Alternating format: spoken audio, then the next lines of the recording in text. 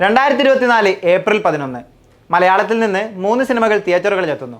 ഫഹദിന്റെ ആവേശം, പ്രണവ് മോഹൻലാൽ ധ്യാൻ ശ്രീനിവാസൻ കോംബോയുടെ വർഷങ്ങൾക്ക് ശേഷം ഉണ്ണി മുകുന്ദന്റെ ജയ് ഗണേഷ്.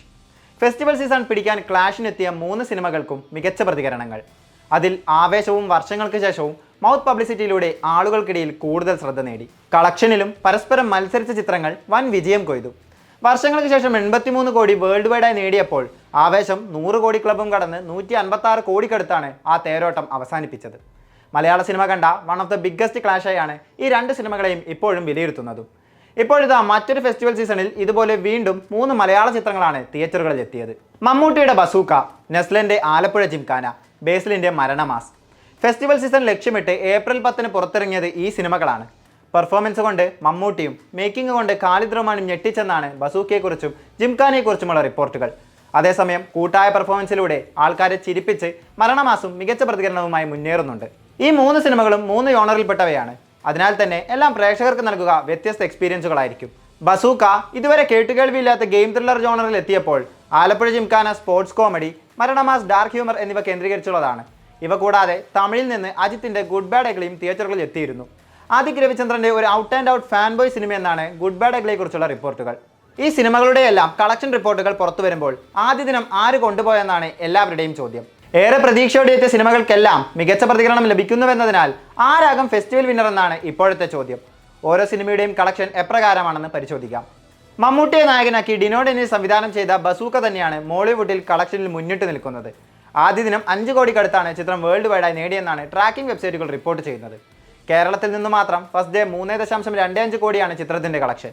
ഇന്ത്യയിൽ നിന്ന് 3.7 കോടിയും ഓവർസീസിൽ നിന്ന് 1.3 കോടിയുമാണ് ചിത്രം ആദ്യ ദിനം നേടിയ ഗ്രോസ് കളക്ഷൻ. രണ്ടാം ദിനം 2.15 കോടിക്ക് മുകളിൽ ചിത്രം നേടിയെന്നും റിപ്പോർട്ടുകളുണ്ട്.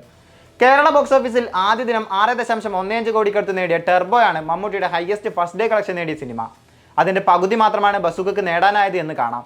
ഡിനോ ഡെന്നീസിന്റെ ആദ്യ സംവിധാന സംരംഭമായ bazooka Dominic and the ladies person ശേഷം പുറത്തിറങ്ങുന്ന മമ്മൂട്ടി ചിത്രമാണ്.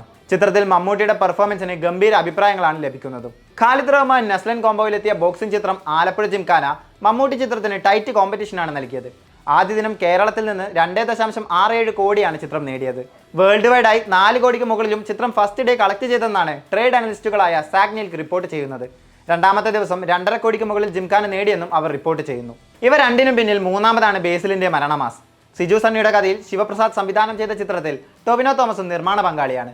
ആദ്യ ദിനം കേരളത്തിൽ നിന്ന് 1 കോടിക്ക് മുകളിൽ സിനിമ നേടിയെന്നാണ് റിപ്പോർട്ട്. ഇതിനോടകം 2.72 കോടിക്ക് മുകളിൽ ചിത്രം വേൾഡ് വൈഡായി നേടിയെന്നും റിപ്പോർട്ടുകളുണ്ട്. മലയാളത്തിൽ ഇതാണ് കാര്യമെങ്കിൽ തമിഴിൽ നിന്നെത്തിയ ഗുഡ് ബാഡ് എഗ്ലി കളക്ഷനിൽ ബഹുദൂരം മുന്നിലാണ്.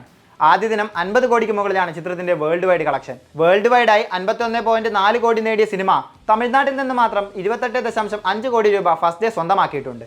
രണ്ടാം ദിവസം 14 കോടിക്കടുത്താണ് ചിത്രത്തിന്റെ ഇന്ത്യൻ നെറ്റ് കളക്ഷൻ. മൊത്തത്തിൽ തല ഫാൻസ് ചിത്രം ആഘോഷമാക്കിയിരിക്കുകയാണ്. കഥക്കോ ലോജിക്കിനോ വലിയ പ്രാധാന്യം കൊടുക്കാതെ അജിത് സിനിമകളുടെ റെഫറൻസിൽ ഫാൻസിനെ തൃപ്തിപ്പെടുത്തുന്ന പവർ പാക്ഡ് സിനിമ. അങ്ങനെയാണ് ഗുഡ് ബാഡ് എഗ്ലിയെ പലരും വിലയിരുത്തുന്നത്. ഏപ്രിൽ 10 റിലീസുകളിൽ മൊത്തത്തിൽ ഗുഡ് ബാഡ് എഗ്ലി കളക്ഷനിൽ ഒന്നാമതെത്തിയപ്പോൾ മമ്മൂട്ടിയുടെ ബസൂക്ക മലയാളത്തിലും ഒന്നാമതെത്തി. എങ്കിലും കഴിഞ്ഞ വർഷത്തെ ഏപ്രിൽ റിലീസുകളുമായി താരതമ്യം ചെയ്യുമ്പോൾ ഈ സിനിമകൾ കളക്ഷനിൽ അത്ര നേട്ടമുണ്ടാക്കാനുള്ള സാധ്യത കുറവാണെന്നാണ് വിലയിരുത്തൽ. ആരാകും ഇവയിൽ അവസാന വിജയെന്ന് വരും ദിവസങ്ങളിൽ ഈ ചിത്രങ്ങളുടെ കൂടുതൽ കളക്ഷൻ റിപ്പോർട്ടുകൾ പുറത്തു വരുമ്പോൾ മനസ്സിലാക്കാൻ സാധിച്ചേക്കും. ക്ലാഷ് റിലീസിൽ മമ്മൂട്ടി യുവനിരയെ പിന്നിലാക്കുമോ എന്ന് കാത്തിരിക്കുകയാണ് സിനിമാ ലോകം.